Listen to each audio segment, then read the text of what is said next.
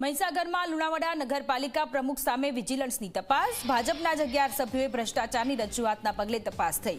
ગાંધીનગરથી શહેરી વિકાસના નાયબ કમિશનરે મુલાકાત કરી. વડોદરા પ્રાદેશિક કચેરીના 15 સભ્યોની ટીમે પણ હાજર રહી.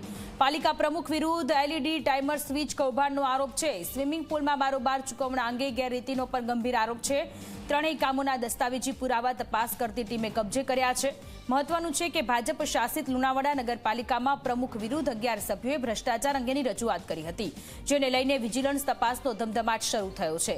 જેમાં ગાંધીનગરથી શહેરી વિકાસના નાયબ કમિશનર અને વડોદરા પ્રાદેશિક કચેરીના 15 સભ્યોની ટીમે લુણાવાડા પાલિકાની મુલાકાત લીધી હતી. પ્રમુખ પર એલઈડીમાં 15 લાખ, ટાઈમર સ્વિચ કૌભાંડમાં 32 લાખ અને સ્વિમિંગ પુલમાં 45 લાખ રૂપિયા બારોબાર ચૂકવ્યાનો ગંભીર આરોપ લગાવ્યો હતો.